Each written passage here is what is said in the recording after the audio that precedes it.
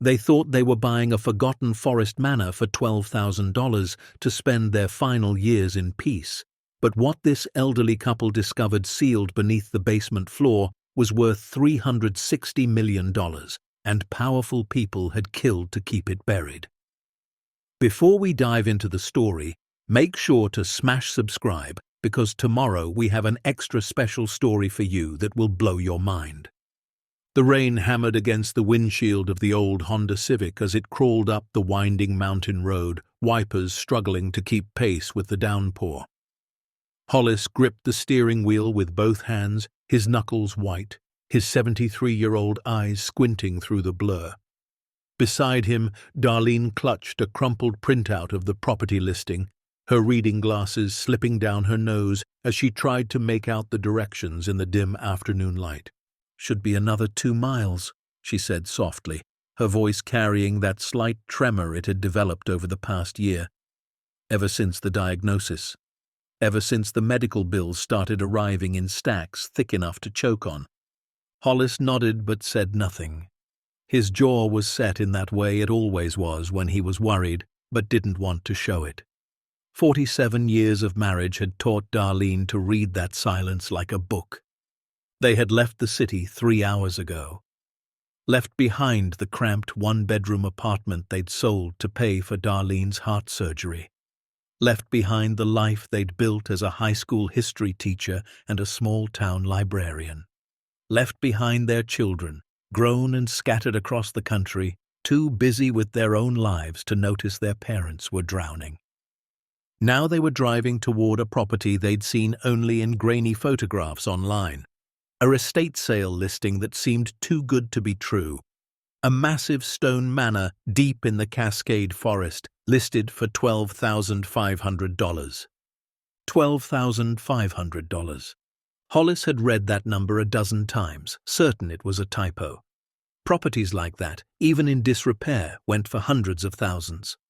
But when he called the real estate agent, a woman named Marlowe with a voice like gravel and cigarettes, she confirmed it.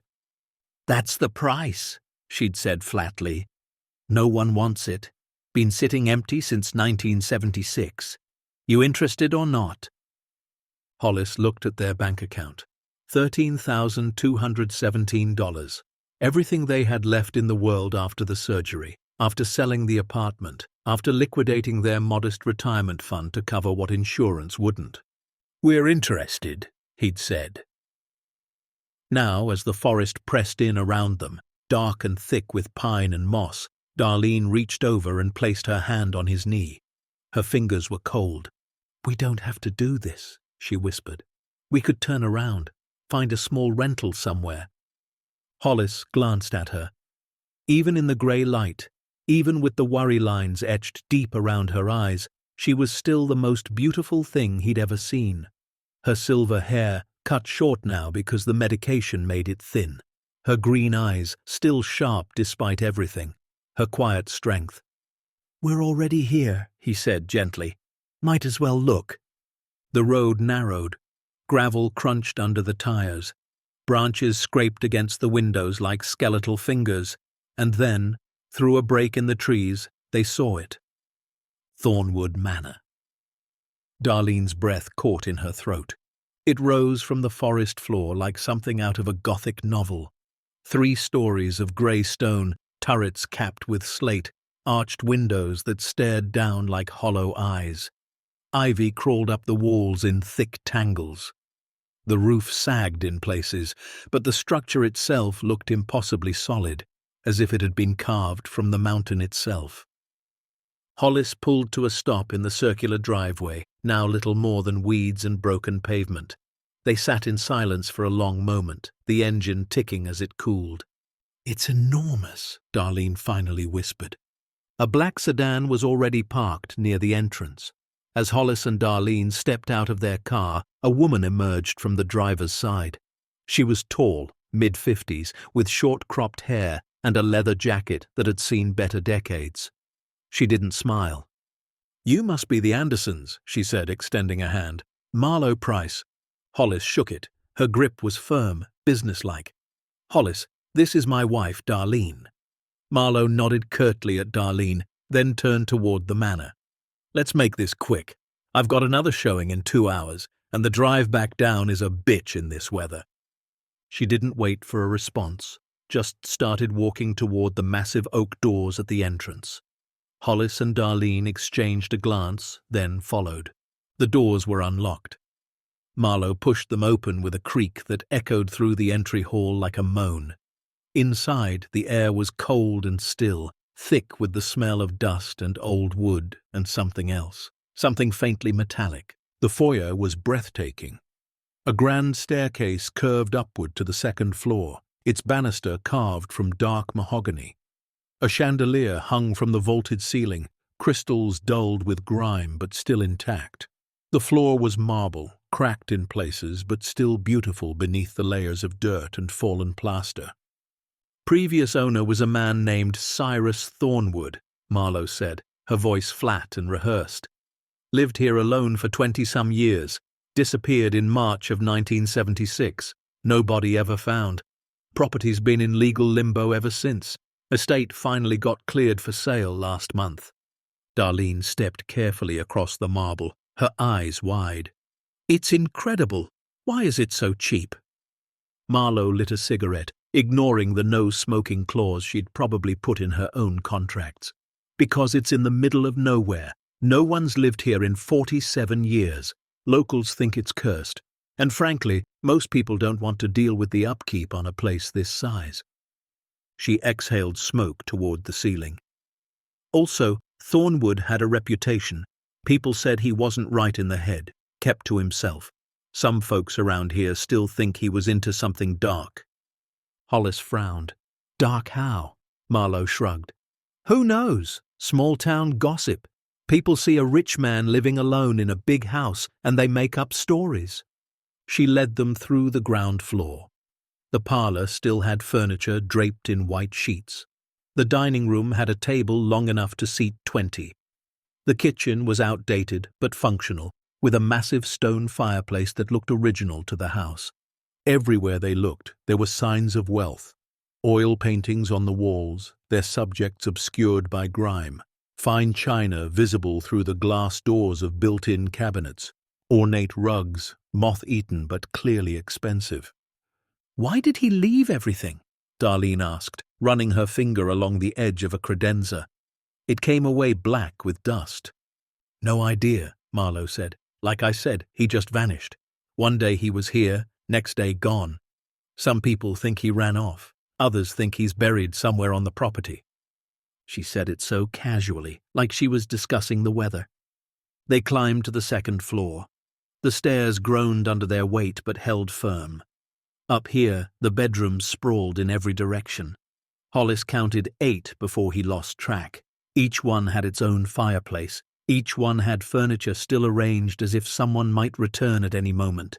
In what must have been the master bedroom, Hollis stopped. The bed was made, perfectly made, as if someone had smoothed the covers just that morning. On the nightstand sat a pair of reading glasses and a book, spine cracked open, waiting. "This is strange," he said quietly. Marlowe exhaled more smoke. "Whole place is strange. That's why it's cheap." Darlene wandered into an adjoining room, a library, floor-to-ceiling shelves packed with books, thousands of them. She pulled one down gently, careful with the brittle binding. It was a first edition of something she'd only ever seen behind glass in museums. "Hollis," she called softly, "come look at this." He joined her, peering over her shoulder at the book, then at the shelves, then at the small writing desk in the corner where papers sat in neat stacks, as if someone had been working there recently. Marlowe appeared in the doorway. "You've got about 15 minutes if you want to see the rest. I need to get back on the road."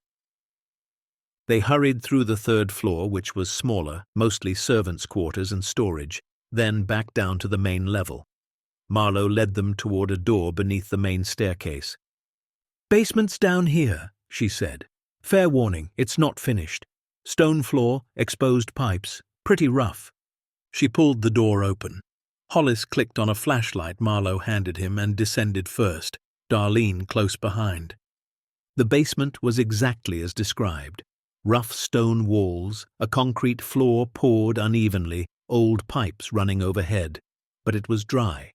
No mold, no water damage, just dust and darkness. Hollis swept the flashlight across the space. Old tools hung on pegboards, paint cans lined metal shelves. A workbench sat in one corner covered in woodworking equipment. And then the beam landed on something odd, a wine rack.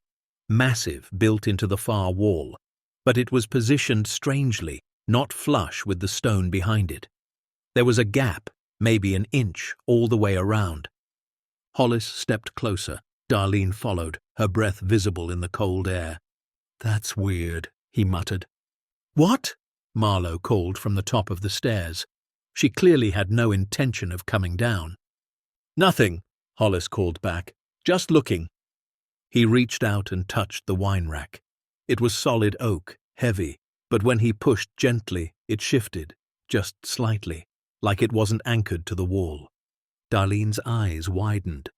"Hollis, is that—" "Time's up," Marlowe shouted down. "I need to lock up and go." Reluctantly, Hollis pulled away from the wine rack. They climbed back up the stairs, minds racing. Outside, the rain had eased to a drizzle. Marlowe locked the front doors and turned to face them, arms crossed. "So," she said, "interested or not, I've got 2 other people coming to look at it tomorrow." Hollis glanced at Darlene. She gave the smallest nod. "We'll take it," he said. Marlowe raised an eyebrow. "Just like that? You don't want to think it over? Get an inspection?" "We'll take it," Hollis repeated. For the first time, Marlowe smiled. It didn't reach her eyes. "Smart move. I'll draw up the paperwork. Cash deal, right? 12,500? "Yes." "Good. We can close in 3 days if you want to move fast." They shook hands again.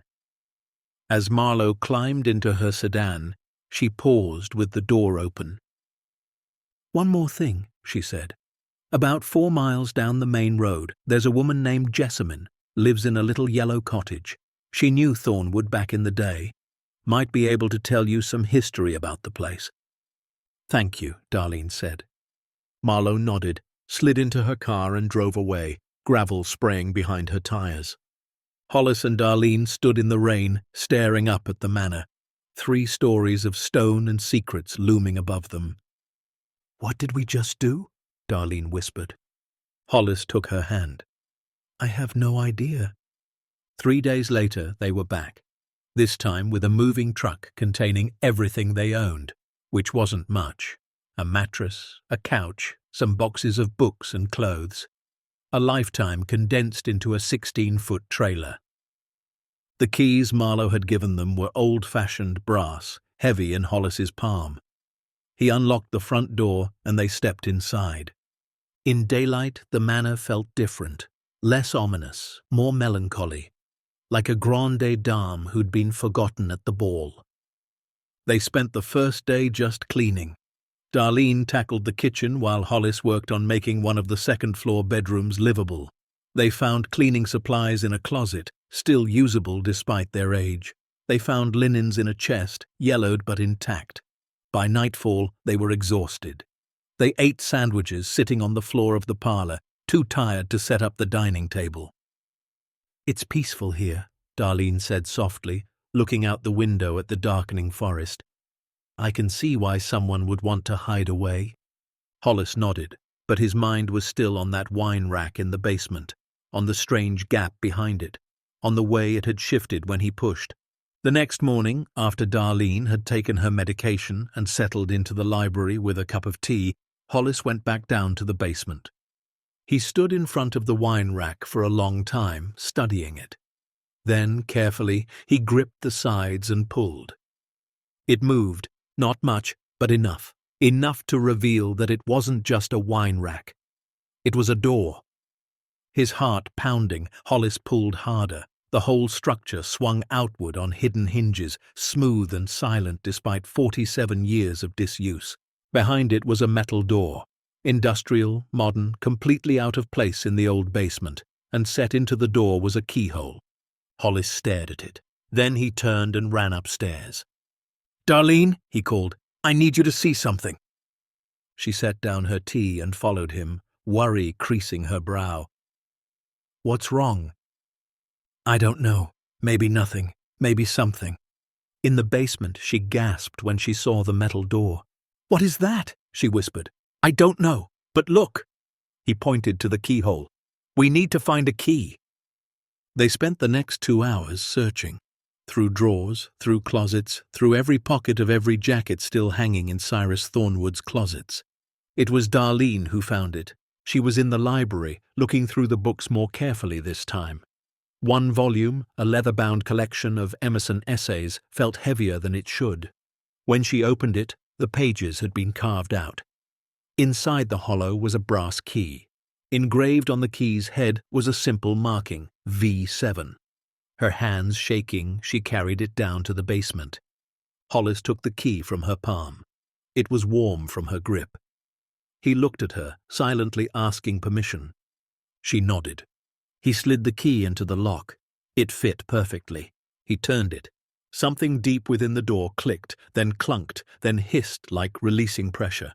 The door swung inward an inch. Cold air rushed out, smelling of earth and metal and time. Hollis pulled the door wider. Behind it, stone steps descended into darkness. Deep darkness, the kind that swallowed light. He found a switch beside the doorframe, flicked it. Lights flickered on below, industrial lights running on some kind of backup power. They illuminated a staircase carved into bedrock, descending at a steep angle. Darlene gripped his arm. "Hollis, what is this?" "I don't know," he said quietly, "but we're about to find out." They descended together, one step at a time. Darlene counted them under her breath. At 50 steps, they were still going down. At 100, the stairs finally leveled out. They emerged into a tunnel. Smooth walls, professionally cut, not a natural cave. This had been built, engineered, reinforced with steel beams every 10 feet.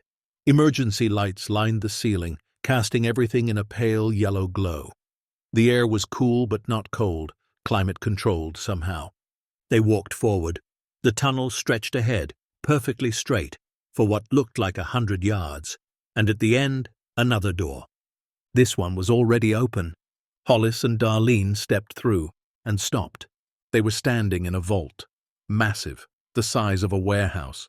Steel shelving units ran in rows, precise and organized, and on those shelves, in protective cases, sealed in climate-controlled containers, was more wealth than either of them had seen in their entire lives combined. The first shelf they approached held artwork, paintings. Hollis recognized some of them from his years teaching art history. A Van Gogh, a Rembrandt, pieces he'd only ever seen in textbooks. Each one had a small placard, acquisition date, provenance notes, condition reports. Darlene moved to another row. Jewelry, cases and cases of it. Diamonds, emeralds, rubies set in gold and platinum. Necklaces that looked like they belonged to queens. Tiaras that had. Another row held rare books and manuscripts. First folios of Shakespeare, illuminated medieval texts, letters written by founding fathers. Another row, ancient artifacts, Egyptian pottery, Greek sculptures, Mayan goldwork. They walked deeper into the vault, speechless. Every row revealed more. Coins from extinct civilizations, religious relics in protective glass, gemstones the size of eggs. In the center of the vault was an office, a desk, a chair, a computer system that looked ancient by modern standards but was clearly state-of-the-art for its time. The computer was in sleep mode, but when Hollis touched the mouse, the screen flickered to life. A spreadsheet appeared, an inventory. Thousands of line items, each one meticulously documented. Hollis scrolled down, and down, and down. At the bottom of the spreadsheet was a total. Estimated collection value, $360 million. Darlene grabbed the edge of the desk to steady herself. Her breathing came in short gasps. "Hollis," she whispered. "Hollis, this can't be real." But it was real. The computer screen didn't lie. The rows of priceless artifacts didn't lie. The carefully controlled climate, the backup power systems, the professional organization, none of it lied. They had bought a $12,000 property that contained a $360 million secret. Hollis pulled out the desk chair and sat down hard. His hands were shaking. Darlene sank into a second chair beside him, her face pale. "Who was Cyrus Thornwood?" she breathed. Hollis noticed a file drawer built into the desk. He opened it. Inside were folders, each one labeled with a year. He pulled out the one marked 1976. Inside were newspaper clippings, articles about art thefts, about black market antiquities, about a man named Cyrus Thornwood who had worked as an acquisitions expert for private collectors. And then, clipped to the back of the folder, a handwritten note. "If you're reading this, then I'm either dead or they've found me. I don't have much time left. They know I took it. They know I have it. But I won't let them destroy it. I won't let them burn history to cover their crimes. If you found this place, you need to understand something. These pieces, they were never meant to be hidden forever. They were meant to be preserved, protected, until the right time, until someone brave enough came along. I hope that's you." The note wasn't signed, but there was a date at the bottom, March 11th, 1976. 3 days before Cyrus Thornwood disappeared. Hollis looked at Darlene. Her green eyes were wide, shimmering with tears and shock and something else, understanding. "He was hiding all this," she whispered, "not to keep it, to protect it." "From who?" Hollis asked. As if in answer, they heard something, faint but unmistakable. Above them, on the ground floor of the manor, a door closed. They weren't alone in the house anymore. Hollis's hand shot out and gripped Darlene's wrist. They sat frozen in the underground office, barely breathing, listening. Above them, footsteps, slow, deliberate, moving across what sounded like the main foyer. Darlene's eyes were wide with fear. "Who?" Hollis pressed a finger to his lips. The footsteps continued, then stopped, then started again, moving in a different direction. Toward the kitchen, maybe, or the parlor. Hollis stood carefully, his chair scraping softly against the concrete floor. The sound seemed deafening in the silence. He moved to the computer and, with trembling fingers, closed the inventory spreadsheet. The screen went dark. "We need to go up," he whispered. "What if they're... We can't stay down here. If someone closes that door, we're trapped." Darlene nodded, her face pale. They moved quickly but quietly through the rows of priceless artifacts, back toward the tunnel entrance. Hollis killed the lights as they went, plunging sections of the vault into darkness behind them. At the base of the stone stairs, they paused, listening. The footsteps above had stopped. The house had gone silent again. Hollis started up first, Darlene close behind. 50 steps, 75, 100. His knees ached with each climb. His heart hammered against his ribs. They reached the metal door. It was still open, thank God. Beyond it, the wine rack door also stood ajar. Hollis peered through into the basement. Empty. The lights were off. They climbed out, and Hollis carefully swung the wine rack back into place. It settled with barely a sound. To anyone not looking closely, it was just a wine rack against a wall. They crept up the basement stairs. At the top, Hollis slowly turned the doorknob and eased the door open an inch. From this vantage point, he could see part of the main foyer. Empty. No movement. He opened the door wider, stepped out. Darlene followed. The house was still. Afternoon light filtered through the tall windows, casting long shadows across the marble floor. Everything looked exactly as they'd left it, except the front door. It stood open, not wide, just a few inches, enough to let in a cold breeze that stirred the dust motes dancing in the light. Hollis was certain they'd locked it, absolutely certain. He crossed to the door and looked outside. Their Honda was still the only vehicle in the driveway. The forest beyond was quiet, just the whisper of wind through pine branches. "Maybe it didn't latch," Darlene said softly behind him. Old door, old lock? Maybe, Hollis said, but he didn't believe it. They spent the rest of the afternoon on edge, jumping at every creak of the old house settling, every gust of wind against the windows. They didn't go back down to the vault, didn't talk about what they'd found. They just moved through the motions of unpacking, of making the manor feel like home, while their minds raced with questions neither could answer. That evening, as the sun dipped below the tree line and shadows pooled in the corners of the kitchen, there was a knock at the door. Darlene gasped. Hollis put down the box he'd been unpacking and walked to the front entrance. Through the sidelight window, he could see an elderly woman standing on the porch. She held a covered dish in her hands. He opened the door. "Hello," the woman said with a warm smile. She was perhaps 80, with white hair pulled back in a neat bun and eyes that were still sharp and bright. "I'm Jessamine. I live down the road. Thought I'd welcome you to the neighborhood." "That's very kind," Hollis said, relaxing slightly. "I'm Hollis. This is my wife, Darlene." Darlene appeared beside him, wiping her hands on a dish towel. Jessamine's smile widened. "I brought you a casserole. Figured you probably haven't had time to get groceries yet." "Please come in," Darlene said. Jessamine stepped inside, her eyes immediately taking in the foyer, the grand staircase, the dusty chandelier. Her expression shifted. Something crossed her face, too quick to read. Nostalgia? Sadness? "Been a long time since anyone lived here," she said quietly. They moved to the kitchen. Darlene cleared a space on the counter for the casserole dish. Hollis offered Jessamine tea, which she accepted. "Marlowe mentioned you might know something about the previous owner," Hollis said as he filled the kettle. Jessamine settled into one of the kitchen chairs. "Cyrus, yes, I knew him." "What was he like?" Darlene asked, sitting across from her. Jessamine was quiet for a moment, her fingers tracing the edge of the table. "Complicated, brilliant, troubled." She looked up at them.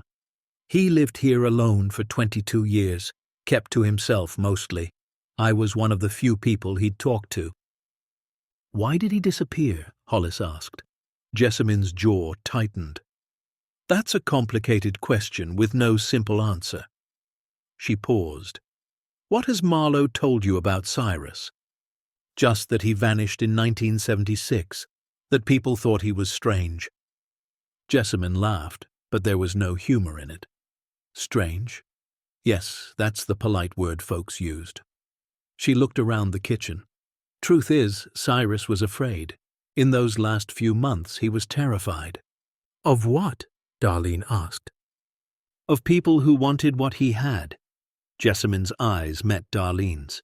"He worked in art acquisition, dealt with very wealthy, very powerful people, and toward the end he believed some of those people wanted him dead." The kettle began to whistle. Hollis poured the tea, his hands steady despite the chill running down his spine. "Did you believe him?" he asked. Jessamine accepted the cup. "I didn't want to. Thought maybe he was just paranoid, but then he disappeared and—" She trailed off. "Let's just say I've wondered for 47 years what really happened to him." She took a sip of tea, then set the cup down. "I should warn you. There are stories about this place. People say it's cursed, that Cyrus did something terrible here. None of it's true, but gossip dies hard in small towns." "What kind of stories?" Darlene asked. "Oh, the usual nonsense. Hidden treasure, dark rituals. Some folks even say he buried bodies on the property." Jessamine waved a hand dismissively. "It's all foolishness. Cyrus was just a lonely man who made some powerful enemies." She stood, smoothing her skirt. "I should get going. Let you two settle in. But if you need anything, I'm in the yellow cottage about 4 miles down the main road. Can't miss it." Hollis walked her to the door. As Jessamine stepped onto the porch, she turned back. "One more thing," she said, her voice lower. "If you find anything unusual in this house, anything that doesn't make sense, be careful who you tell. Not everyone in these parts has your best interests at heart." Before Hollis could respond, she was walking to her car, a small sedan parked behind their Honda. He closed the door and locked it, checked it twice, then went back to the kitchen where Darlene sat staring into her tea. "She knows something," Darlene said. "Yes," Hollis agreed. "The question is what?" They didn't sleep well that night. The manor creaked and groaned around them, old wood settling, wind pushing against loose shutters. Every sound seemed amplified in the darkness. Around 3 in the morning, Hollis gave up. He slipped out of bed carefully, trying not to wake Darlene, and went downstairs. He made coffee in the ancient percolator they'd found in the kitchen, then sat at the table thinking. Everything Jessamine had said pointed to one conclusion. Cyrus Thornwood had been hiding from someone, and whatever he'd been hiding was still here, sealed in that vault beneath their feet. $360 million worth of art, antiquities, and artifacts. The scope of it was staggering, impossible. And yet they'd seen it with their own eyes. Hollis pulled out his phone.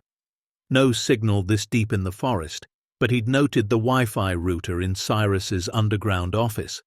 If the backup power was still running the lights, maybe it was running the internet too. He went back down to the basement, swung the wine rack open, descended the stairs. The vault was dark and silent. He flipped on the lights and made his way to the office. The computer was old, probably from the early 2000s, but when he jiggled the mouse again, it woke up. He clicked around, exploring the file system. There were thousands of documents, inventories, provenance reports, acquisition records, and then he found a folder labeled simply Personal. Inside were video files, dozens of them, each one dated. Hollis clicked the first one. It was dated January 5th, 1974. The video player opened. The image was grainy, the color slightly off, but clear enough.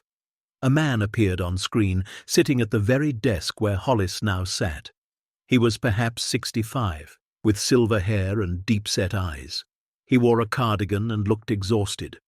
"My name is Cyrus Thornwood," the man said to the camera, "and if you're watching this, then things have gone very wrong." Hollis leaned closer to the screen. Cyrus continued, "I've worked in art acquisition for 43 years, started as an appraiser, worked my way up to broker for some of the wealthiest collectors in the world. I've handled pieces worth millions, facilitated deals that would make headlines if they ever became public." He paused, rubbing his face. "About 6 years ago, I began to notice patterns, pieces that appeared in my clients' collections that shouldn't exist. Artwork reported destroyed in World War II. Antiquities supposedly lost to floods or fires or theft. They were showing up in private galleries, in locked rooms, in mansions where no one would ever see them." Cyrus leaned forward. "I started investigating, keeping records, documenting everything, and what I found," he shook his head. "There's a network. Wealthy collectors, dealers, smugglers, even some museum curators. They've been stealing, forging provenance, laundering pieces through legitimate channels, and they've been doing it for decades." Hollis's mouth went dry. "I confronted one of my clients," Cyrus said, "showed him what I'd discovered. He threatened me, said if I went to the authorities, I'd disappear. I didn't believe him at first. Then my house was broken into. Nothing taken, but the message was clear." Cyrus's hands were shaking on the screen. "So I started acquiring pieces myself, not to profit, to protect them. Every time a piece came through my hands that I knew was stolen, that I knew would be used for money laundering or hidden away forever, I found a way to redirect it, to make it disappear into my own collection." He gestured off-screen, presumably toward the vault. "I've been building this for 6 years, 283 pieces, each one documented, each one with a paper trail that proves it was stolen or illegally acquired, and each one preserved here, waiting." "Waiting for what?" Hollis whispered to the screen.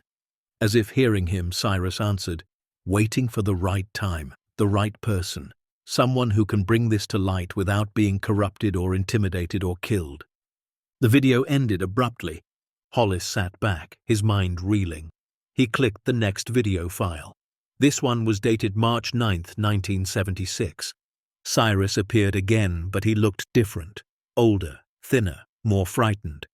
Dark circles shadowed his eyes. "They know," he said without preamble. "Someone in the network has figured out what I've been doing. I've seen cars on the road, black sedans with tinted windows. They sit there for hours just watching the house." His voice cracked.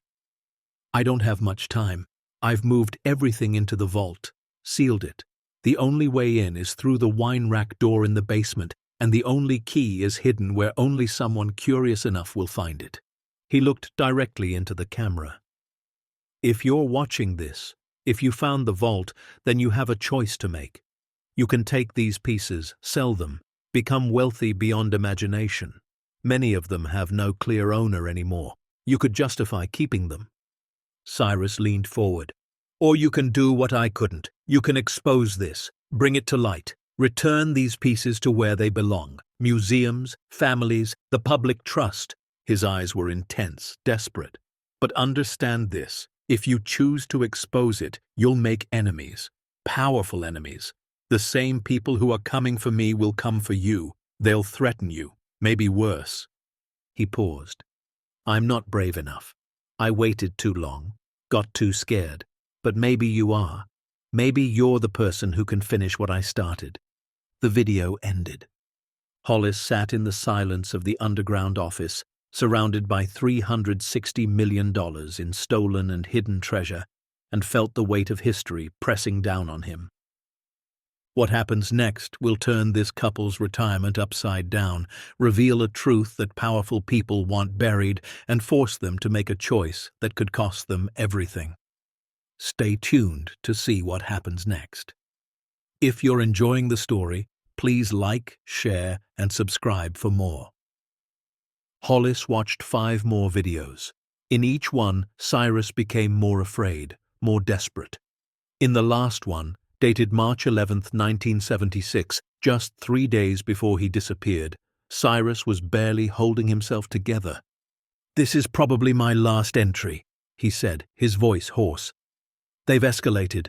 Someone tried to break into the basement last night. I scared them off with a shotgun blast, but they'll be back." Tears streaked his face. "I've failed. I thought I could protect all of this. Thought I could find a way to expose the network without putting myself at risk. But there is no safe way. These people, they have reach, they have resources, and they will kill to keep their secrets." He wiped his eyes. "To whoever finds this, I'm sorry. Sorry for putting this burden on you. Sorry for not being stronger." He reached toward the camera.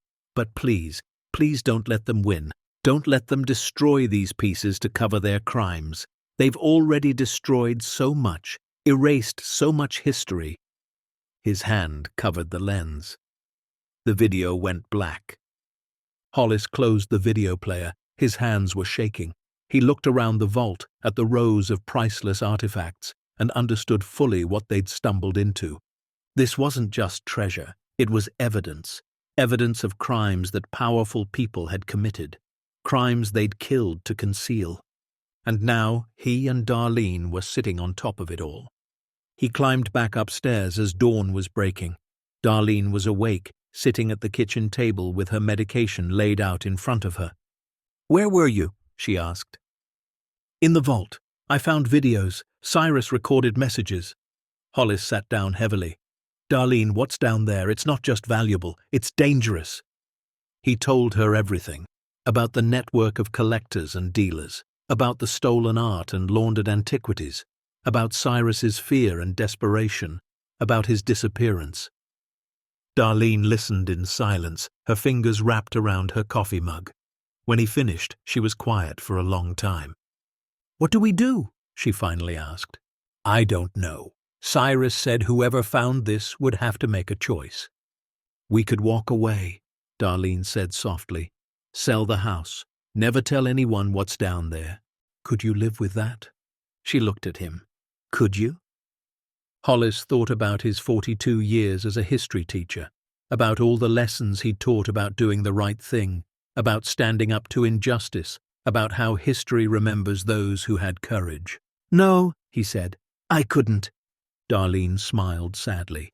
"Neither could I." They spent the day exploring the vault more thoroughly. Hollis brought down a notebook and began making lists. Darlene photographed pieces with her phone, careful to capture the identification placards. The scope of the collection was even more staggering than they'd first realized. There were paintings by masters thought lost, sculptures from ancient Greece that no museum had record of, illuminated manuscripts from the Middle Ages, jewelry that had belonged to European royalty, religious artifacts that churches had sought for centuries.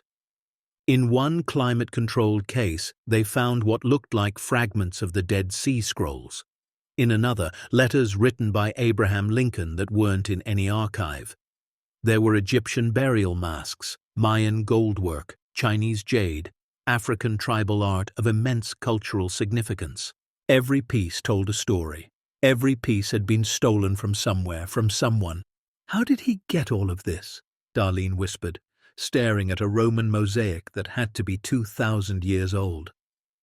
"He was a broker," Hollis said, reading from one of Cyrus's files. "He worked for collectors who wanted pieces no one else could acquire. When something came through his hands that he knew was stolen, he'd fake the paperwork, make it look like it went to his client, but actually divert it here." "For 6 years?" "According to the dates, yes, from 1970 to 1976. Darlene sank into the office chair. "Hollis, if we expose this, if we tell people what's here, we're going to ruin lives. Some of these pieces belong to the wealthiest, most powerful people in the world." "I know. They'll come after us." "I know that too." She looked up at him. "Are we really going to do this? We're 73 and 71 years old. We have health problems. We have $1,300 left in our bank account. We don't have resources to fight people like this." Hollis knelt beside her chair. "You're right, we don't. But we have something Cyrus didn't have." "What's that?" "Nothing left to lose," he said gently. "Our kids are grown. We've already survived your surgery. We're living on borrowed time anyway. What can they take from us that time won't take eventually?" Darlene's eyes filled with tears. "Our lives. They can take our lives, Hollis. Maybe. But at least we die doing something that matters." She reached up and cupped his weathered face in her hands. "When did you become so brave?" "About the same time you did," he said. They decided to call their son. Thaddeus lived in Denver, worked as an investigative journalist for a small but respected publication. They hadn't spoken to him in 8 months. The distance between them had grown over the years, not from any fight or falling out, just the slow drift of busy lives pulling in different directions. Hollis dialed from the office phone in the vault. It rang 4 times before Thaddeus answered. "Hello?" "Thaddeus, it's your father." A pause. "Dad, is everything okay? Is Mum?" "Your mother's fine. We're both fine. But we need to talk to you about something important." "Okay? What's going on?" Hollis looked at Darlene. She nodded. "You're going to think we've lost our minds, but I need you to listen." He told Thaddeus everything. About buying the manor, about finding the vault, about the $360 million in stolen art and artifacts, about Cyrus Thornwood and his videos. There was a long silence on the other end of the line. "Dad," Thaddeus finally said, his voice careful, "have you been taking any new medications? Sometimes—" "I'm not having delusions, Thaddeus. I'm standing in an underground vault right now looking at a Van Gogh that's been missing since World War II. "That's not possible." Darlene leaned toward the phone. "It's me, sweetheart. Your father's telling the truth. I'm looking at it too." Another long pause. "Can you take a picture? Send it to me." Hollis pulled out his phone. The vault had Wi-Fi connected to some satellite system Cyrus must have installed. He took a photo of the Van Gogh, making sure the identification placard was visible, and texted it to Thaddeus. They waited. 30 seconds. A minute. Then Thaddeus's voice came back, tight and shaken. "Oh my God, Dad, that painting was reported stolen from a private collection in Amsterdam in 1971. There's a reward for information about it." "There are 283 pieces down here," Hollis said. "All stolen, all hidden." "Jesus Christ!" Thaddeus's voice was barely a whisper. "Dad, listen to me. Don't touch anything else. Don't tell anyone else. Do you understand?" "Why?" "Because if this is what you say it is, you're sitting on the biggest art recovery story in history. And you're right. People will kill to keep it quiet." His voice became urgent. "I need to call someone. An FBI contact I have in the Art Crimes Division. But don't move. Don't leave that house. Lock the doors. I'll call you back in 10 minutes. The line went dead. Hollis and Darlene looked at each other. Darlene's face was pale, her hand pressed to her chest where her heart condition always made itself known during stress. "Are you okay?" Hollis asked. "No," she said honestly. "I'm terrified." They went back upstairs. Hollis locked the basement door, then the front door, then checked all the windows on the ground floor. The forest outside was quiet, peaceful. Late afternoon sun slanted through the trees. It felt like the calm before a storm. Thaddeus called back in 8 minutes. "I talked to Agent Sinclair. She's the head of the FBI's Art Crimes Unit. I sent her the photo.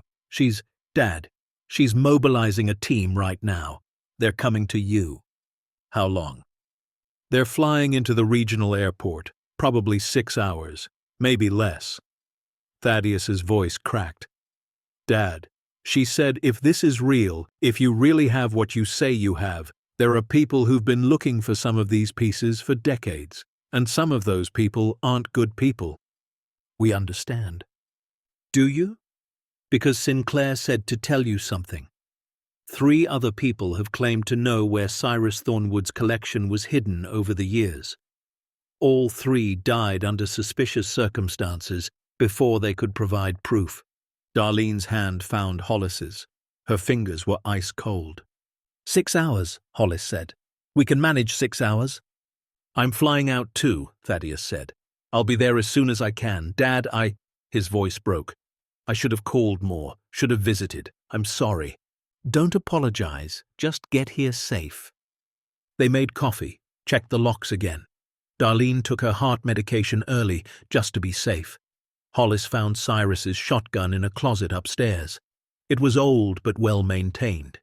He checked the shells. Still good. He'd never pointed a gun at another person in his life. Had never imagined he would. But he loaded it anyway and set it by the front door. They sat in the parlor as the afternoon faded into evening. Didn't turn on any lights. Just watched through the windows as shadows pooled beneath the trees. At 6:30, they saw the first vehicle. A black SUV, windows tinted, moving slowly up the dirt road toward the manor. It stopped at the edge of the circular driveway. Just sat there, engine idling. Hollis picked up the shotgun. "Don't," Darlene whispered. "Not yet." They watched. 5 minutes passed.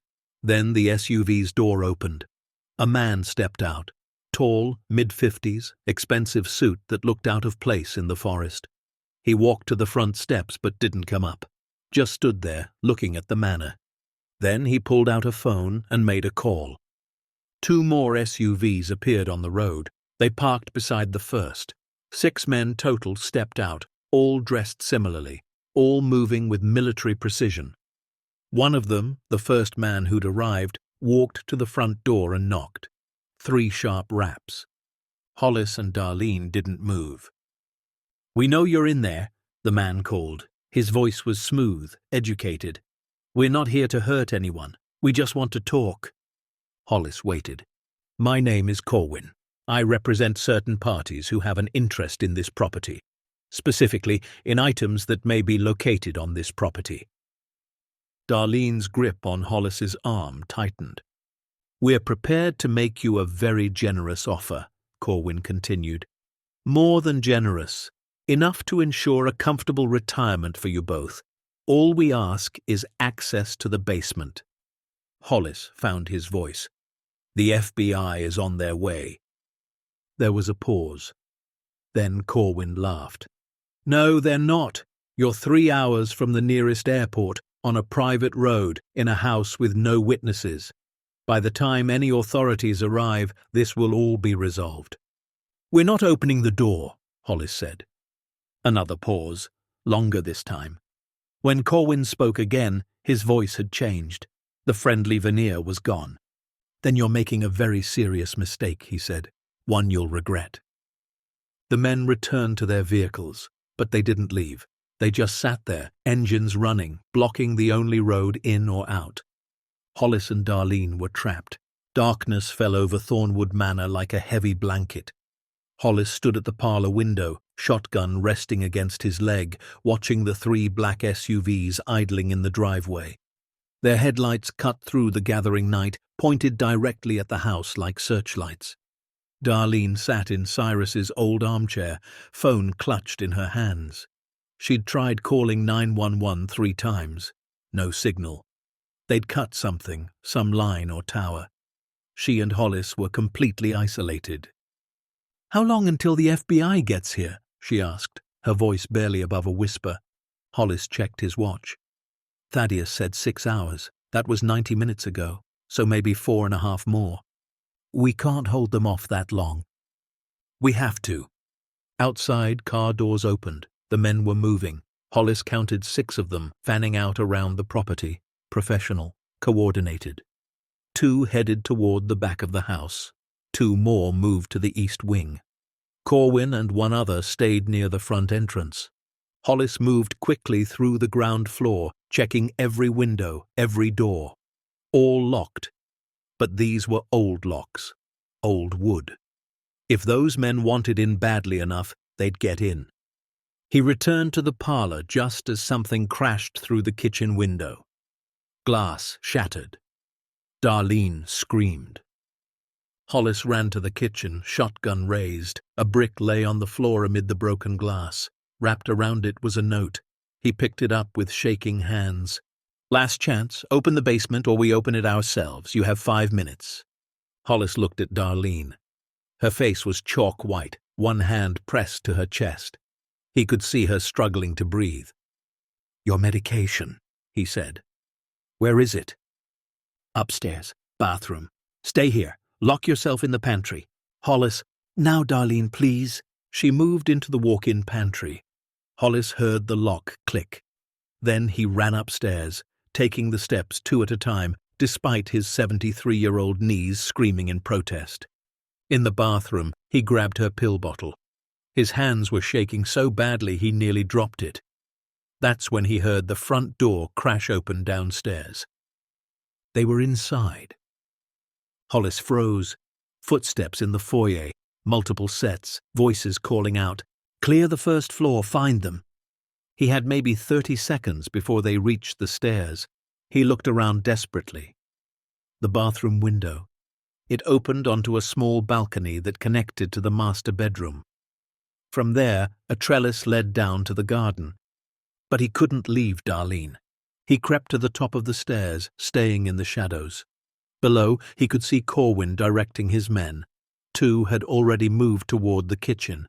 They'd find the pantry any second. Hollis raised the shotgun.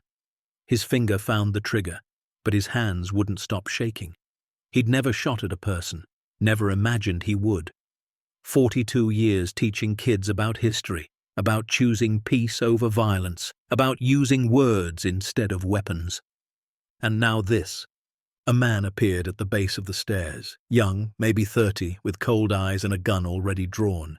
He looked up and saw Hollis. "Got them!" he called. "Upstairs!" Hollis aimed at the ceiling above the man's head and fired. The sound was deafening. The blast tore through plaster and old wood. Debris rained down. The man dove for cover, shouting. "Stand down!" Corwin's voice echoed through the house. "Nobody shoot! We need them alive!" Hollis pumped another shell into the chamber. "Get out of my house!" "Mr. Anderson, please, be reasonable." I said, "Get out." There was a commotion from the kitchen, shouting. Then Darlene's voice, sharp with fear. "Let go of me." Hollis's blood turned to ice. "Darlene!" One of Corwin's men appeared in the foyer, dragging Darlene by the arm. She was struggling, trying to pull away, but the man was too strong. "Let her go!" Hollis started down the stairs. "Stop," Corwin said calmly. He was standing in the center of the foyer now, illuminated by the pale moonlight through the broken front door. "Put down the gun, and we'll let her go." "You'll let her go now, or I swear to God." "You'll what?" Corwin's voice was still calm, maddeningly calm. "Shoot one of my men, then the others shoot you, then your wife has a heart attack from the stress and dies on this floor. Is that how you want this to end?" Hollis's hands were shaking so badly he could barely hold the shotgun. Darlene met his eyes. She looked terrified but also determined. She gave the smallest shake of her head. "Don't give up." "What do you want?" Hollis asked. "You know what we want. Access to the vault, that's all. We take what belongs to our clients and we leave. You never see us again. You keep the house. You keep whatever's left. Everyone walks away." "Those pieces don't belong to your clients. They're stolen." Corwin smiled. "Stolen is such an ugly word. Let's say acquired through non-traditional channels. But ownership is 9/10 of the law, isn't it? And my clients have possessed those pieces for decades. They've become quite attached. Some of those pieces belong in museums. They belong to the world." "The world," Corwin said with disdain, "wouldn't know what to do with them. They'd sit in storage somewhere, or get destroyed by incompetent curators, or stolen by the next person clever enough. At least in private collections they're preserved, protected. Hidden," Hollis said, "so no one can enjoy them. So they can't teach us anything about history, about culture, about who we are." Corwin's expression hardened. "I'm done debating philosophy with a retired schoolteacher. Open the vault or your wife dies, not by our hands. We won't touch her. We'll just let her heart condition do the work for us. Stress is such a dangerous thing for people her age." The man holding Darlene tightened his grip. She gasped in pain. Hollis lowered the shotgun. Okay, I'll open it." "Hollis, no," Darlene started. "I have to," he said softly. "I'm sorry, I have to." Corwin smiled. "A wise choice. Jackson, let her go." The man released Darlene. She stumbled forward, clutching her chest. Hollis came down the stairs and went to her, wrapping his arm around her shoulders. "Show us," Corwin said. They walked to the basement door. Hollis's mind raced. The FBI was still hours away. Thaddeus was still hours away. If he opened that vault, Corwin and his men would take everything, destroy the evidence, maybe kill Hollis and Darlene anyway to tie up loose ends. But what choice did he have? He opened the basement door, flicked on the lights, started down the stairs with Darlene beside him and 6 men with guns behind them. At the bottom, Hollis moved to the wine rack, put his hands on it, took a deep breath. And then they all heard it. Distant but unmistakable. Helicopter rotors. Corwin froze. "What is that?" The sound grew louder. Multiple helicopters, coming fast. One of Corwin's men ran to a basement window. "Sir, we've got birds incoming. 3, maybe 4. Military grade." Corwin's face went pale. "That's impossible. There's no way they could have mobilized that fast." But they had. And suddenly the night outside lit up with searchlights. A voice boomed through a megaphone, amplified to carry across the entire property. "This is FBI Special Agent Elizabeth Sinclair. You are surrounded. Exit the residence with your hands visible. You have 60 seconds to comply." Corwin grabbed Hollis by the collar. "You called them before we got here." "My son called them," Hollis said, unable to keep the smile off his face. "Hours ago." "That's not possible." "You underestimated us," Darlene said quietly. "You thought we were just scared old people, but we were history teachers. We know how important it is to preserve truth." Corwin's jaw clenched. He looked at his men. Fall back positions. We use them as hostages. We can negotiate. 30 seconds, the voice outside boomed. We have snipers positioned on all sides. Exit now. One of Corwin's men, the youngest one, dropped his weapon. I'm not dying for this. I'm not dying for some rich people's art collection. Jackson, pick up that gun. No, sir. I'm done. He raised his hands and walked up the basement stairs. Another man followed. Then another. Within 20 seconds, it was just Corwin and one loyal soldier left. The soldier looked at Corwin. Sir? Corwin's shoulders sagged. It's over. They climbed the stairs. Hollis and Darlene followed, staying close together. In the foyer, Corwin and his remaining man dropped their weapons and raised their hands.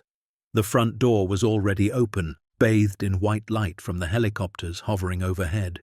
FBI agents in tactical gear poured through the entrance. Hollis counted at least 20 of them. They moved with precision, weapons drawn, clearing each room. A woman in her 40s, short dark hair, sharp eyes, walked in behind them. She wore a windbreaker with FBI emblazoned on the back. Hollis Anderson? She asked. Yes. I'm Special Agent Elizabeth Sinclair. You two okay? We're fine, Hollis said. Darlene was leaning heavily against him now, exhausted, but she nodded. Sinclair looked at Corwin. Marcus Corwin. Been looking for you for a long time. You're under arrest for conspiracy, art theft, money laundering, and about 15 other charges I'm going to enjoy reading to you. Agents moved in, cuffing Corwin and his men. Corwin didn't resist, just stared at Hollis with cold hatred. You have no idea what you've done, Corwin said. The people I work for, they don't forget. They don't forgive. Then they can join you in prison, Sinclair said. She nodded to her agents. Get them out of here. As Corwin was led away, another vehicle pulled up outside. Headlights cut through the night. A man jumped out before the car even stopped fully. Tall, mid-30s, with Hollis's same distinctive jawline. Dad! Thaddeus ran into the house. Dad, Mum, are you… Hollis felt something break loose in his chest. His son. The distance between them evaporated in an instant. He pulled Thaddeus into a hug.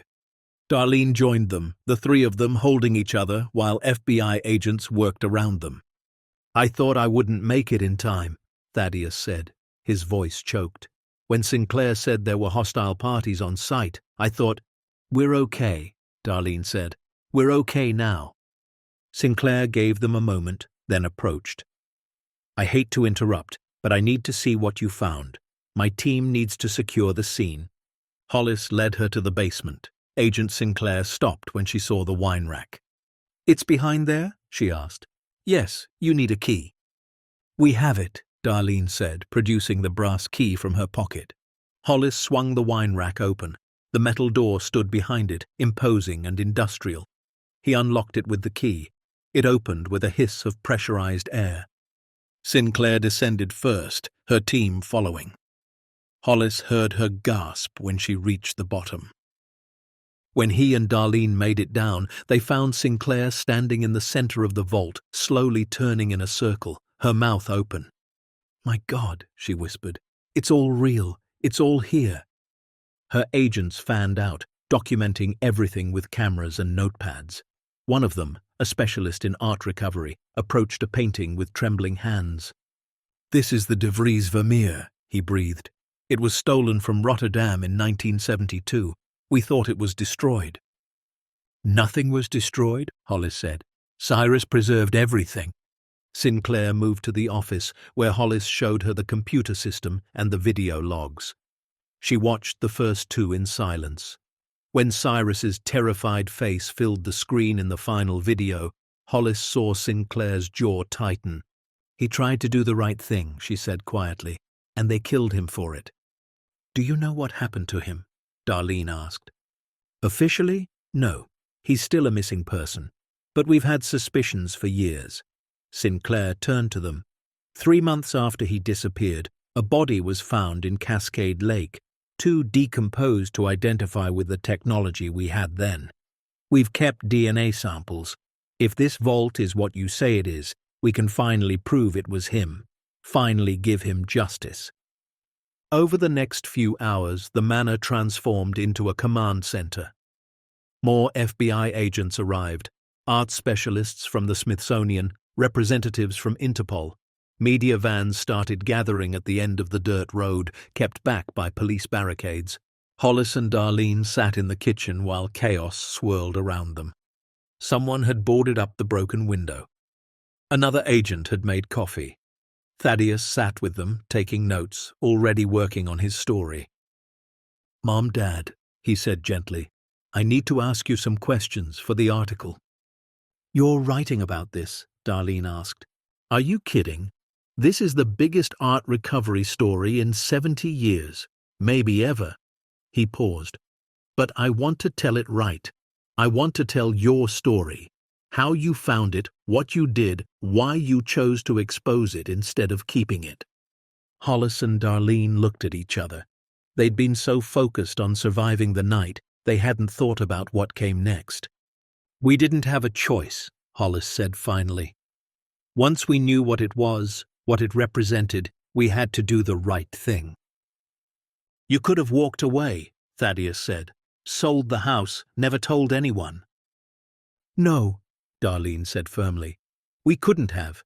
Those pieces, they're not just valuable, they're part of human history. They belong to everyone, not locked away in some rich person's private collection." Thaddeus smiled. "That's what I thought you'd say." Sinclair appeared in the doorway. "Mr. and Mrs. Anderson, I need to brief you on what happens next." They moved to the parlor, away from the noise. Sinclair sat across from them, her expression serious. "First, thank you. What you've done here, calling us instead of trying to profit from this, it's remarkable and rare." She pulled out a tablet. "But I need to be honest with you about what's coming." "We're listening," Hollis said. "This vault contains 283 pieces of stolen or illegally acquired art and artifacts. The total value, according to Cyrus Thornwood's inventory, is $360 million. But the real value is incalculable. Some of these pieces are culturally priceless." She swiped through images on the tablet. "We've already identified 17 pieces that were reported stolen during World War II. 23 more from various museums over the past 50 years. 31 from private collections. The rest have questionable provenance, meaning they were likely smuggled out of their countries of origin." "What happens to them?" Darlene asked. "That's complicated. Each piece will need to be investigated. We'll have to trace ownership, determine rightful claimants, work with international agencies. It could take years, maybe decades. And in the meantime, they'll be held in secure federal custody.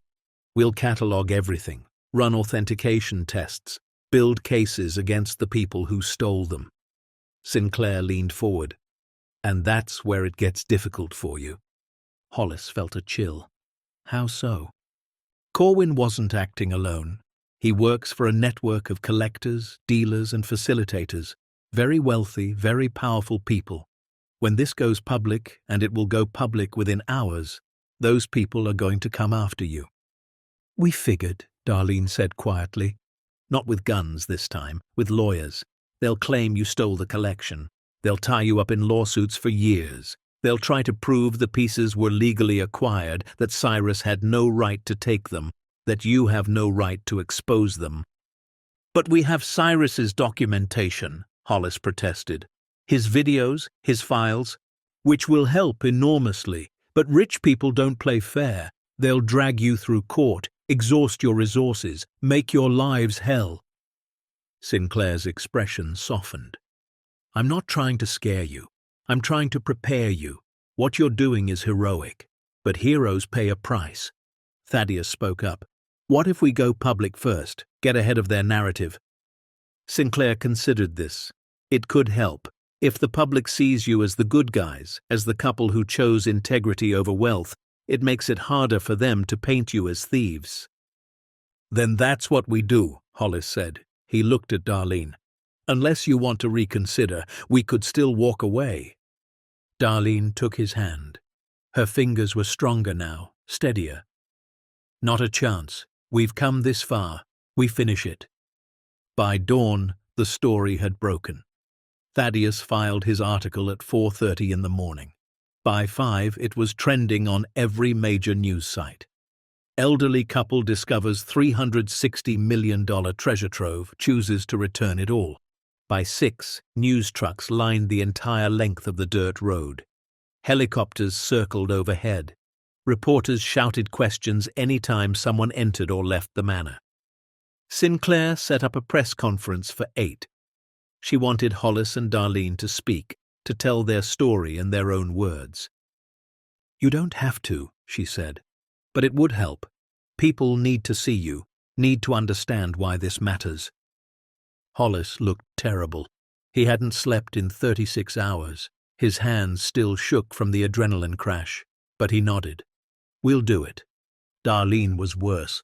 The stress of the previous night had triggered irregular heartbeats. A paramedic had checked her out, said she needed rest, needed to see a cardiologist soon. But she insisted on standing beside Hollis for the press conference. They set it up on the front steps of Thornwood Manor, the same steps where Cyrus had probably stood 47 years ago, looking out at a world that terrified him. The questions came like gunfire. How did you find it? What made you decide to report it? Are you keeping any of it? What does it feel like to give away $360 million? Hollis answered as best he could. "We didn't give away anything. It was never ours. We just returned what had been taken." "But you could have kept some of it legally," one reporter pressed. "Finders keepers, right?" "Is that really the world we want to live in?" Darlene's voice was soft, but it carried. "Where the person who finds something stolen gets to keep it instead of returning it to its rightful owner." Another reporter, "Do you feel like heroes?" Hollis almost laughed. "No, we feel like two people who did what anyone should do. We found something that didn't belong to us, and we gave it back. Even though you're not wealthy, even though you could have used that money." "Especially because of that," Darlene said. "What kind of people would we be if we chose money over what's right? What kind of example would that set?" The questions continued for 45 minutes. By the end, Hollis saw several reporters wiping their eyes. The story had struck a chord. In a world that felt increasingly cynical, increasingly driven by greed, here were two elderly people who chose differently. After the press conference, they retreated inside. Darlene needed to lie down. Hollis helped her to one of the second-floor bedrooms, the one they'd been using. She was pale, trembling. "I need to get you to a hospital," he said. "I'm fine, just tired." "Darlene." "Hollis, please, I just need to rest." He sat beside her on the bed, holding her hand. I'm sorry I dragged us into this." "You didn't drag me anywhere. I chose this too." She squeezed his fingers. "And I'd choose it again." He kissed her forehead. "Sleep. I'll be right here." He watched her drift off, her breathing gradually slowing, becoming more regular. The house around them buzzed with activity. FBI agents cataloging evidence, art specialists examining pieces, lawyers arriving to discuss the legal framework for repatriation. Sinclair knocked softly on the doorframe. "How's she doing?" "She needs medical attention, real medical attention, not just a paramedic checkup. We can have her airlifted to Portland, best cardiac unit in the region." Hollis looked at Darlene's sleeping face. "Let her rest a little first." Sinclair nodded. Then she pulled up a chair. "I need to talk to you about the financial aspects of this. I thought you said we weren't keeping anything." "You're not. But under federal law, when you report a major crime and assist in recovery, you're entitled to a reward, typically between 5 and 10% of the recovered value." Hollis did the math in his head. 5% of $360 million. That's $18 million. Minimum. Could be as much as $36 million. He felt dizzy. "That's not why we did this." "I know, but it's the law. You've earned it." Sinclair leaned forward. "There's more. Several of the pieces have no living claimants. The original owners died decades ago. No heirs, no institutions claiming them.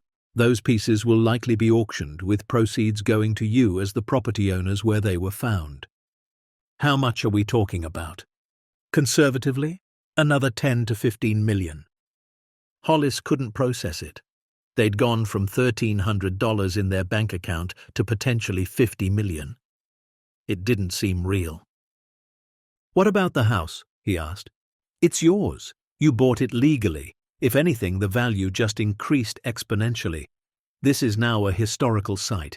You could turn it into a museum, charge admission, or sell it for probably 10 times what you paid.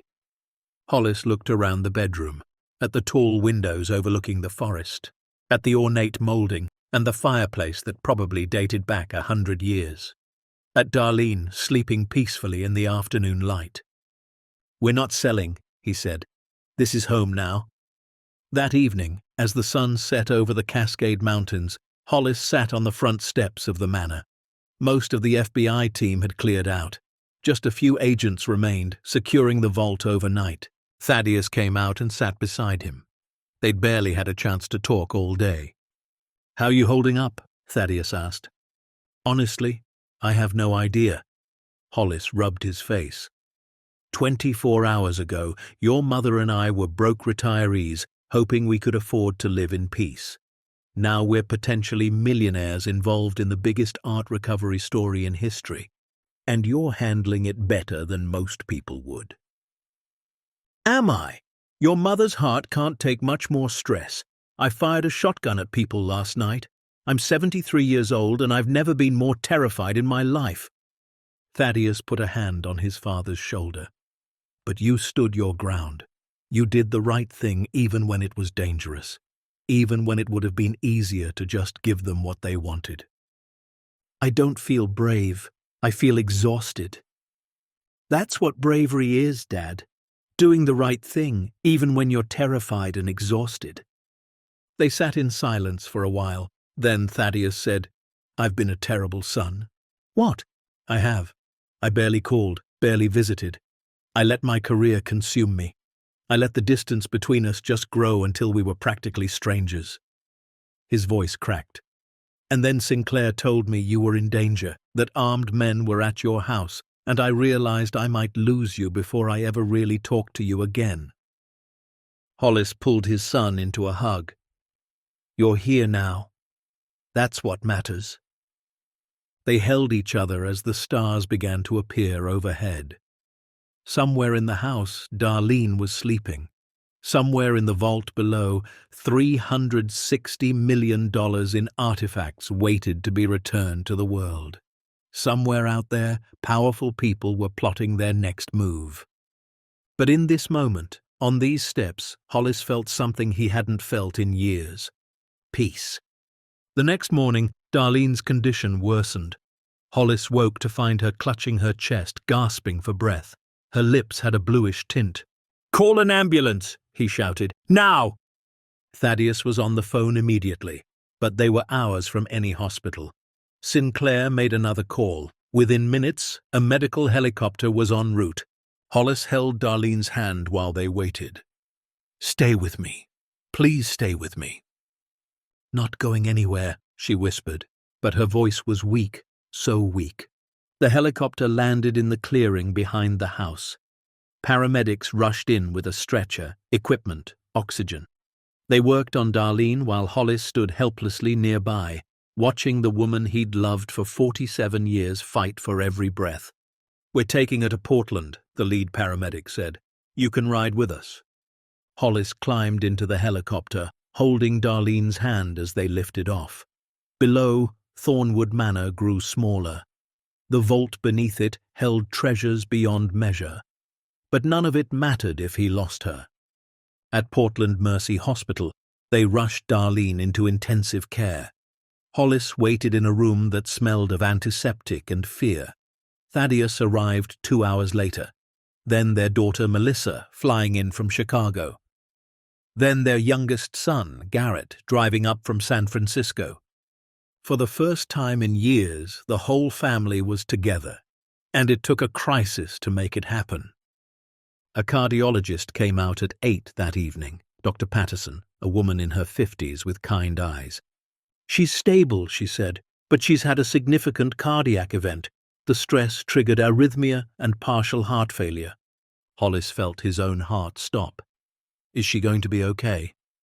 With proper treatment, yes, but she needs surgery, a pacemaker implant, possibly valve replacement depending on what we find. Patterson paused. It's expensive. Even with insurance, you're looking at significant out-of-pocket costs. I don't care what it costs, Hollis said. Whatever she needs. The total could be upwards of $250,000.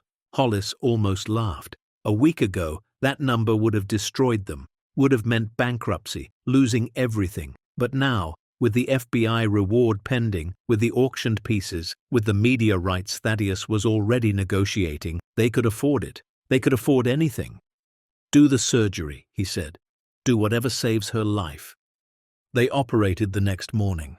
Hollis sat in the waiting room with his children, staring at a muted television that was showing footage of Thornwood Manor. The coverage was non-stop. The treasure of Thornwood. The greatest art recovery in modern history. The couple who chose integrity over wealth. Melissa held his hand. "She's strong, Dad. She'll make it through." "She has to," Hollis whispered. "None of this means anything without her." The surgery took 6 hours.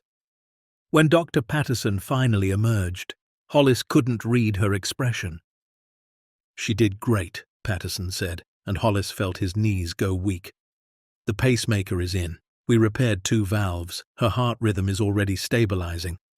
Can I see her? Give us an hour to move her to recovery. Then yes." Hollis broke down then. His children surrounded him, holding him while he cried, tears of relief, of exhaustion, of gratitude. When he finally saw Darlene, she was pale but smiling.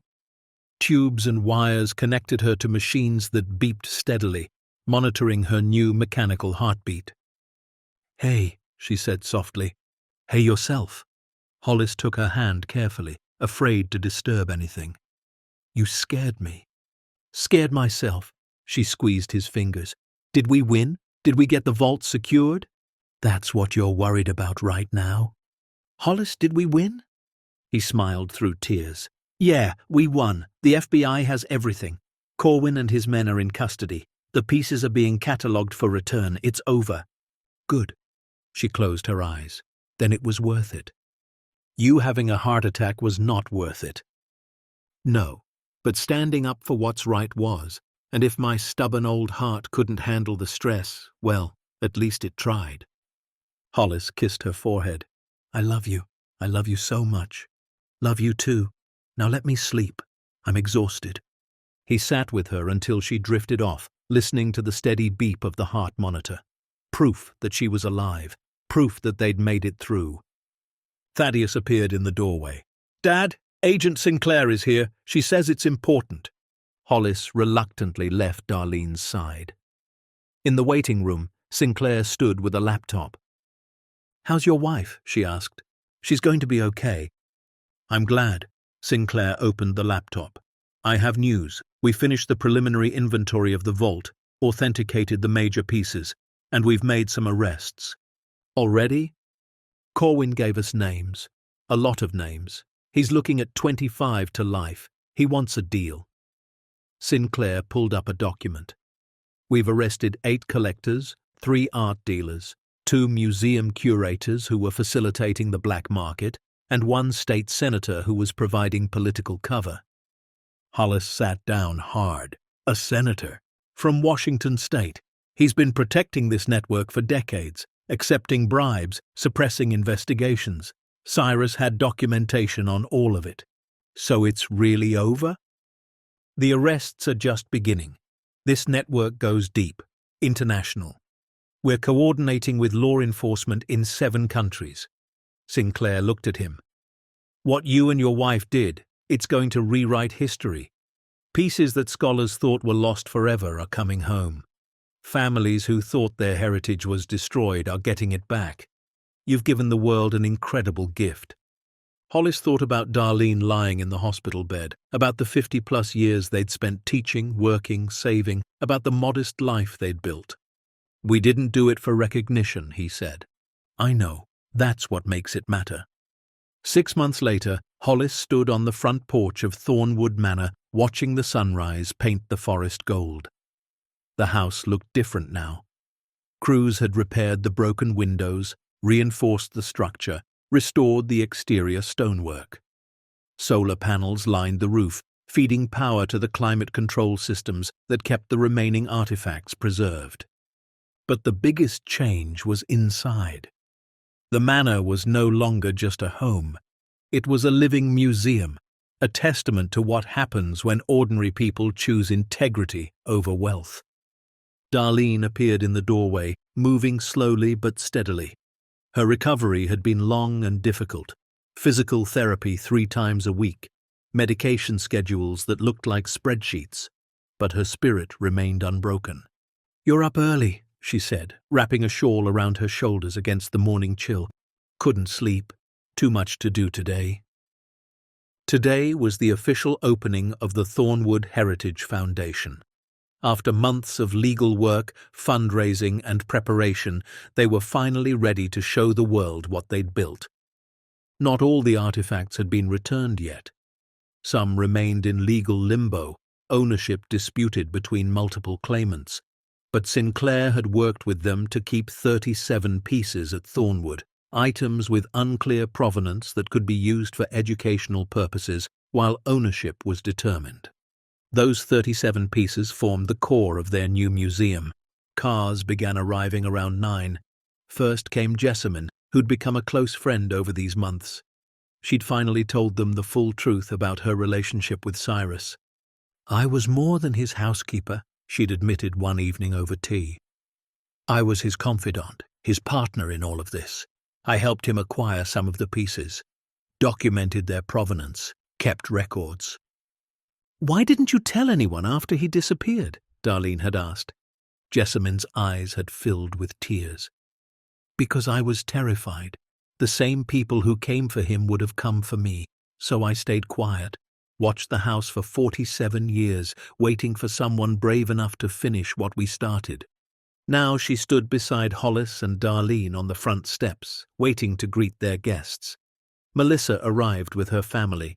Garrett drove up with his partner, and Thaddeus, who'd practically moved into the manor's guest wing, emerged from inside carrying a stack of programs.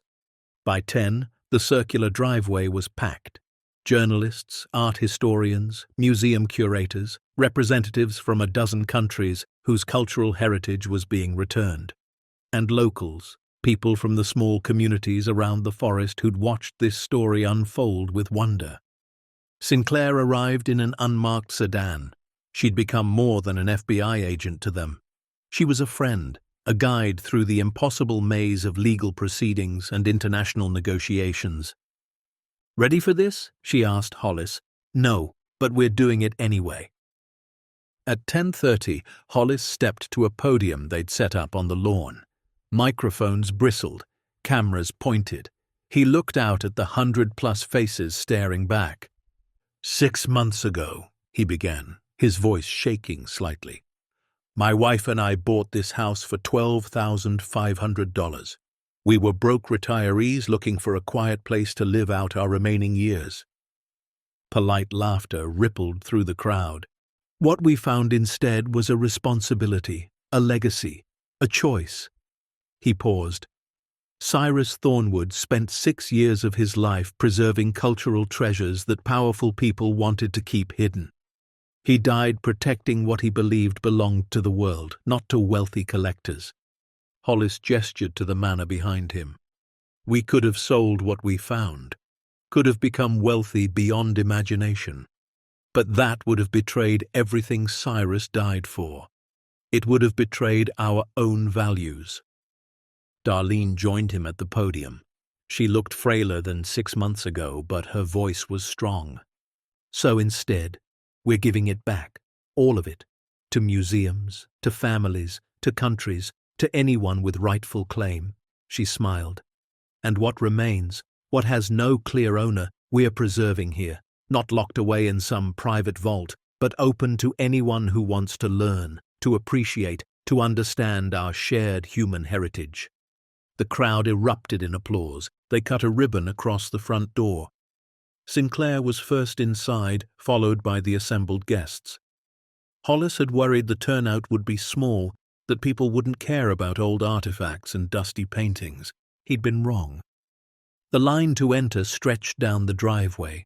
Families with children, elderly couples, students with sketchbooks, people who'd driven hours just to see what had been hidden for nearly 50 years. Inside, they'd transformed the ground floor into exhibition space. Each piece had a placard explaining not just what it was, but its story, where it came from, how Cyrus acquired it, where it would eventually go. A Roman mosaic that had been stolen from Pompeii in 1968. It would be returned to Italy next month. A collection of indigenous art taken from reservation lands in the 1950s. Representatives from 3 tribes were negotiating its return. Letters written by Harriet Tubman that had been in private hands for over a century. They'd go to the Smithsonian. Each return was documented, each story told. Visitors moved through the rooms in hushed reverence, understanding they were witnessing history being corrected. In what had been Cyrus's library, they'd created a memorial room. His photograph hung on the wall, the only one Jessamine had kept. Beside it, the results of the DNA analysis Sinclair had finally received.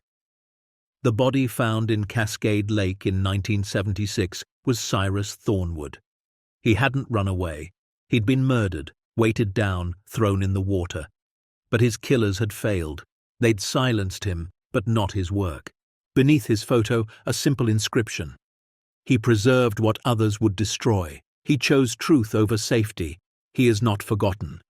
Visitors left flowers, notes, small tributes. Hollis watched a young woman, maybe 25, stand before the memorial with tears streaming down her face. "Can I help you?" he asked gently. She turned. "My grandmother worked for one of the collectors Cyrus exposed. She tried to blow the whistle in the 80s. They destroyed her career, her reputation. She died thinking no one would ever believe her." The woman touched the photograph. "This vindicates her, proves she was telling the truth." Hollis felt his own eyes burn. What was her name? "Patricia Morales," he wrote it down. "We're keeping records of everyone affected by this network, everyone who tried to stop them. Your grandmother will be remembered too." Over the following weeks, more stories emerged. A Holocaust survivor's daughter who recognized a menorah that had been stolen from her family in 1943. A Greek curator who wept when he saw fragments of the Parthenon that had disappeared from a museum in 1971. An Egyptian archaeologist who identified artifacts smuggled out during illegal digs in the 60s. Each reunion was documented, each return celebrated. The media coverage was relentless. Hollis and Darlene were invited to speak at universities, museums, conferences. Time magazine put them on the cover. The couple who chose right over rich, they declined most invitations. The foundation needed their attention, and Darlene's health remained fragile. But they accepted a few, spoke to students about integrity, told their story to anyone who would listen. "We're not special," Darlene always said. "We just did what anyone should do." But the letters they received suggested otherwise. Thousands of them from every corner of the world. From children learning about the importance of honesty. From elderly people who said the story gave them hope that integrity still mattered. From teachers using their example in ethics classes. From families who'd recovered lost heirlooms thanks to the investigation their discovery had triggered. Hollis read each one. Kept them in boxes in Cyrus's old office. Sometimes late at night, when the house was quiet and Darlene was sleeping, he'd sit and reread them, marveling at the ripples their choice had created. The financial settlement came through in month 7. After legal fees, taxes, and various complications, they received $4.2 million. The FBI reward. auction proceeds from unclaimed pieces, media rights from Thaddeus's articles and the documentary being filmed. It was more money than they'd ever imagined having. But it felt different than the $360 million would have felt. This was earned through doing right, not taking what didn't belong to them. They used most of it to establish the foundation's endowment, hired a staff of 5 to manage the museum, coordinate with international agencies, research provenance for disputed pieces. One of those hires was a young curator named Celestine, brilliant and passionate about ethical acquisition. "You're training your replacement," Thaddeus observed one afternoon, watching Hollis show Celestine the vault's cataloguing system. "Good," Hollis said. "This needs to outlive us." They kept enough to pay for Darlene's ongoing medical care, to help Melissa with her daughter's college tuition, to set up trust funds for all the grandchildren, to live comfortably. But they didn't move, didn't buy a mansion or fancy cars or any of the trappings of wealth. They stayed at Thornwood Manor in the house they'd bought for $12,500 because it had become more than a house. It was home. The town changed too. What had been a dying logging community found new life as a historical destination. The diner reopened. A bed and breakfast opened down the road. Young families moved in, drawn by jobs at the foundation and the quiet beauty of the forest. Hollis and Darlene became fixtures. The elderly couple you'd see at the grocery store, at town meetings, at the annual fall festival. They didn't act like celebrities or philanthropists. They were just Hollis and Darlene, retired teachers who'd gotten lucky. "Lucky," Jessamine scoffed one evening over dinner. "Luck had nothing to do with it. Courage did." They were eating in the Manor's restored dining room. Thaddeus and his new girlfriend, Melissa's family, Garrett and his partner, Jessamine, all gathered around the table that had once seated only Cyrus, alone with his secrets. "I still can't believe sometimes that this is real," Darlene said, "that we actually pulled this off." "You did more than pull it off," Celestine said. She'd become close to them over the months, almost like another daughter. "You've returned 63 pieces so far, changed the lives of hundreds of people, inspired thousands more." "The Berlin Museum wants to name their new wing after you," Thaddeus added. "They're getting back 5 pieces that were stolen during the war." Hollis waved a hand. "We don't need our names on buildings." "Maybe not. But people need to remember what you did, need to know that integrity isn't just an old-fashioned concept." After dinner, Hollis and Darlene walked through the museum. It was closed for the evening, quiet, just the two of them and the artifacts waiting patiently under soft lights. "Do you ever regret it?" Darlene asked. "Giving it all up?" Hollis thought about it, really thought about it. "No," he said finally. "If we'd kept it, it would have owned us. We'd have spent the rest of our lives looking over our shoulders, wondering if someone was coming to take it back, wondering if we'd become the very thing Cyrus fought against. And now? Now we sleep well. We look at ourselves in the mirror and like what we see. We've given our children and grandchildren something better than money. We've given them an example." Darlene leaned against him. "We gave ourselves something too, purpose." They stood before a painting, a beautiful landscape by a minor impressionist. It would go to a French museum next month. For now, they could enjoy it. Not as owners, but as caretakers, stewards of something larger than themselves. In month 9, Sinclair arrived with news that made them all sit down. "We've made the final arrests," she said. "The last members of the network, including the mastermind, a billionaire collector named Harrison Wright. He's been operating this theft ring for 42 years. "How many people total?" Hollis asked. 37 arrested, another 16 cooperating with investigations. We've recovered over $600 million in stolen art and artifacts from their collections. And it all started because you two made one phone call." She pulled out a folder. "There's more. The Justice Department wants to give you both the Presidential Medal of Freedom, highest civilian honor." Darlene looked shocked. "That's for people who do extraordinary things. What you did was extraordinary. You could have profited from a crime. Instead, you exposed it, helped dismantle a criminal network that operated with impunity for decades." "We were just doing what was right," Hollis protested. "Exactly. And in today's world, that's revolutionary." The medal ceremony was held in Washington 3 months later. Hollis wore a suit that Thaddeus had to help him pick out. Darlene wore a simple dress, her hair now grown back silver and beautiful. Standing in the White House, shaking hands with the president, hearing their story recounted to a room full of dignitaries and press, Hollis felt surreal. This wasn't who they were. They were teachers, librarians, ordinary people. But maybe that was the point. Maybe the message was that ordinary people could do extraordinary things if they chose courage over comfort. The president placed the medal around Darlene's neck. "You've reminded us all what citizenship means, what integrity looks like, what it means to put principle before profit." Cameras flashed. Hollis stood beside his wife, holding her hand, and thought about that rainy day 6 months ago when they'd first driven up to Thornwood Manor. 2 broke retirees hoping for a quiet place to die. Instead, they'd found a reason to live. Back at the manor, life settled into a new rhythm.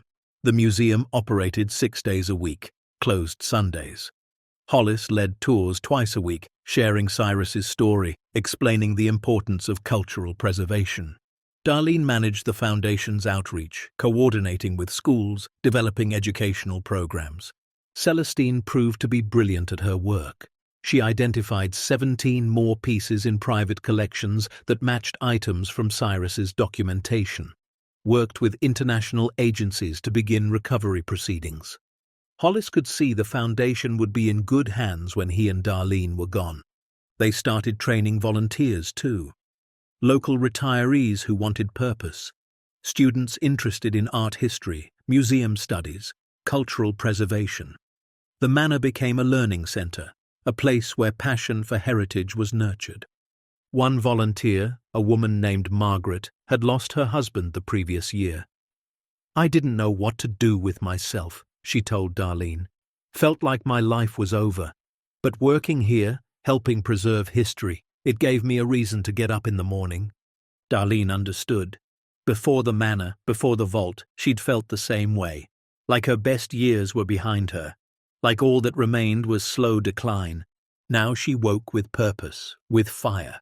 Her heart might be mechanical, but it beat strong. On the 1-year anniversary of their discovery, they held a special ceremony. Representatives from 12 countries attended. Families who'd recovered lost heritage. Museums displaying returned pieces. They unveiled a new permanent exhibit, the Cyrus Thornwood collection. Not the artifacts he'd hidden. Most of those were gone now, returned to rightful owners. But his story, his documentation, his videos, his sacrifice. Jessamine spoke, her voice breaking as she remembered the man she'd loved. He wasn't perfect. He was afraid. He made mistakes. But he tried to do right. And in the end, he succeeded. Not because of what he preserved, but because of what he inspired in others. She looked at Hollis and Darlene. "He'd be so proud of you both." That night, long after everyone had gone, Hollis and Darlene sat in Cyrus's old office in the vault. It remained largely unchanged, a time capsule of his final days. Hollis opened the laptop and played the last video one more time. Cyrus's frightened face, his desperate plea for someone to finish what he'd started. "We did it," Hollis said to the screen. "We finished it." Darlene added softly, "You can rest now." They held hands in the quiet underground space. Above them, the manor stood solid. Around them, the remaining pieces waited to find their way home. And somewhere, Hollis liked to think, Cyrus Thornwood finally had peace. Letters continued to arrive. One came from a young girl in Syria whose family's stolen antiquities had been recovered and returned. She'd sent a drawing of Hollis and Darlene as superheroes, capes flying, carrying treasure back to waiting families. Darlene hung it in their bedroom. Another came from a 92-year-old Holocaust survivor. He'd seen the menorah his family lost in 1942 displayed in the museum catalogue. Could he come see it? They arranged everything, flew him and his family to Portland, drove them to the Manor, gave them private time with the piece. The old man touched it with shaking fingers and wept. "I thought everything was gone," he said. "Thought they'd erased us completely. But here it is. Proof we existed. Proof we mattered." That menorah went to the Holocaust Museum in Washington a month later.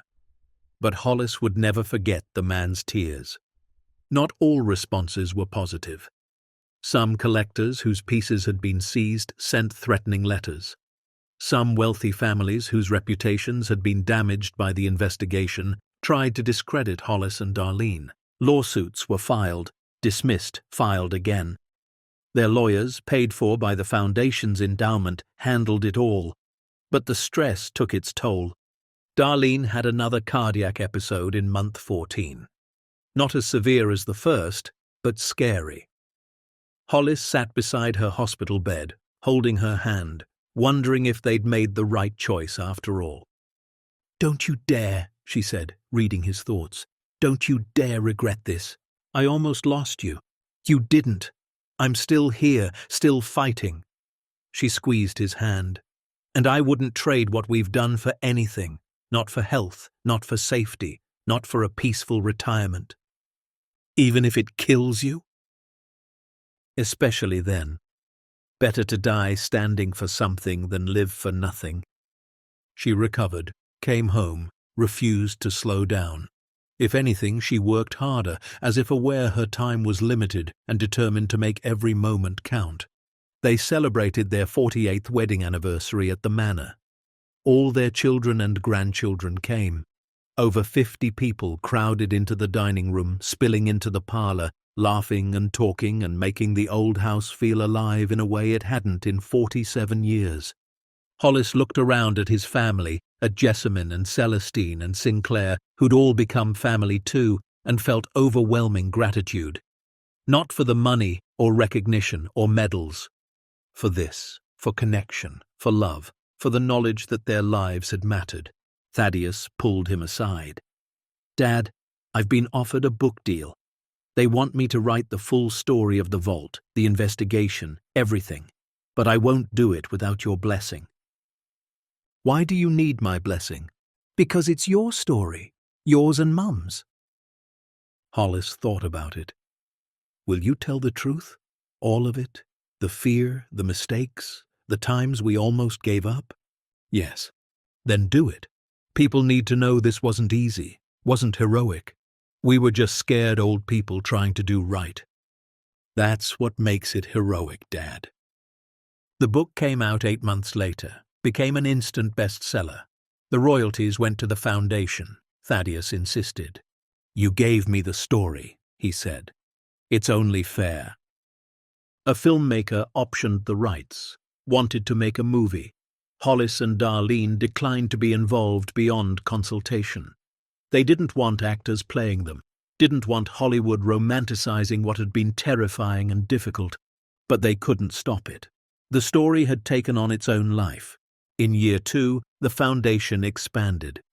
They purchased the adjacent property, 60 acres of forest, and built a research center. Scholars came from around the world to study Cyrus's documentation, to understand the black market networks he'd exposed to prevent future thefts. Hollis was 75 now, Darlene 73. Their bodies were slowing, but their minds remained sharp. They handed more day-to-day operations to Celestine and her growing team, but they still came to the museum every day, still greeted visitors, still told the story. One afternoon, a young woman approached Hollis. She was maybe 30, nervous, holding a worn photograph.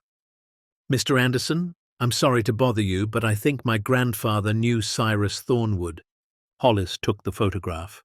It showed 3 people: Cyrus, a young man, and the man who must be her grandfather. "This was taken in 1974, she said. "My grandfather was an art appraiser.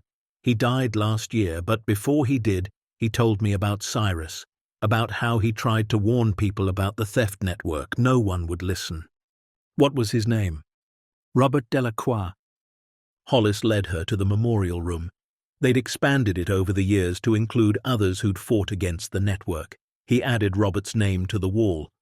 He'll be remembered, Hollis promised. She cried, thanked him, left a donation large enough to fund another scholarship. These moments happened weekly. People with connections to Cyrus, to the stolen pieces, to the larger story. Each one adding another thread to the tapestry. Hollis started writing it all down. Not for publication, just for records. So future generations would understand the full scope of what had happened here. Late one night, Darlene found him in the office, notebook open, pen in hand. "What are you working on?" she asked. "Trying to capture everything, everyone who's been touched by this." He looked up. "There are so many stories, Darlene. So many lives changed." She sat beside him. "We couldn't have imagined this when we found that vault." "No. We were just trying to survive." "And now?" Hollis set down his pen. "Now we're thriving. Not just surviving, actually living with purpose and meaning." "Do you think we'll be forgotten?" she asked softly. "After we're gone?" "Probably. Most people are."